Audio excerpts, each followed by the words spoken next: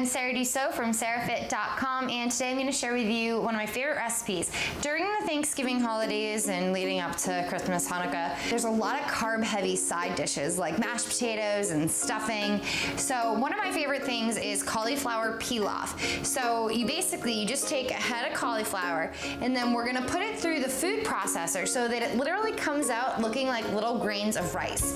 Now, this is awesome to do, especially if you want to make some food ahead of time, because you can totally freeze the raw cauliflower in little plastic baggies in obviously your freezer. So to make the rice looking substance, we're just gonna cut the cauliflower into some pieces that we can fit into our food processor. And if you don't have a food processor, you could even grate it with kind of like a cheese grater. That would work too. If you're curious how much a head of cauliflower will make, the calories are pretty low, so you could probably eat a whole head if you really wanted to, but volume-wise, it will be enough for 4 people, a whole head. That makes sense. So you can eat this pretty much any night you want in place of rice. It's a great low carb option. You also can have it in place of mashed potatoes, or you could even mix it in with some quinoa. I've never done that, but it sounds like it'd be delicious. Maybe that'll be my next recipe video. All right, we are done. So now what I'm gonna do is I'm gonna heat up a skillet. I'm gonna add some extra virgin olive oil. I like to just use spray, but if you want, you can use a ½ tablespoon.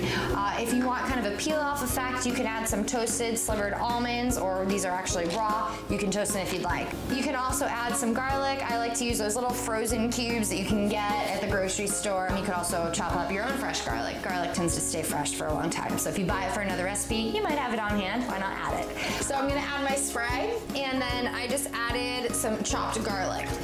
Next, I'm gonna add in about a cup of shredded cauliflower per person. So I'm just making it for myself, so I'm just gonna add a cup. And with what you don't use, you can freeze it, making it really a perfect kind of staple to just have in your freezer. Great with stir-fried vegetables. You can use it instead of the rice, and I'm just really a big fan. Now go ahead, and after you're done cooking it, you're gonna wanna add a little bit of salt and pepper for taste. And like any rice dish or quinoa, feel free to be creative. You know, add maybe some chopped onion, or sun-dried tomatoes. Even some chives would be good. Or maybe a Laughing Cow wedge to make it kind of like a cheesy side dish.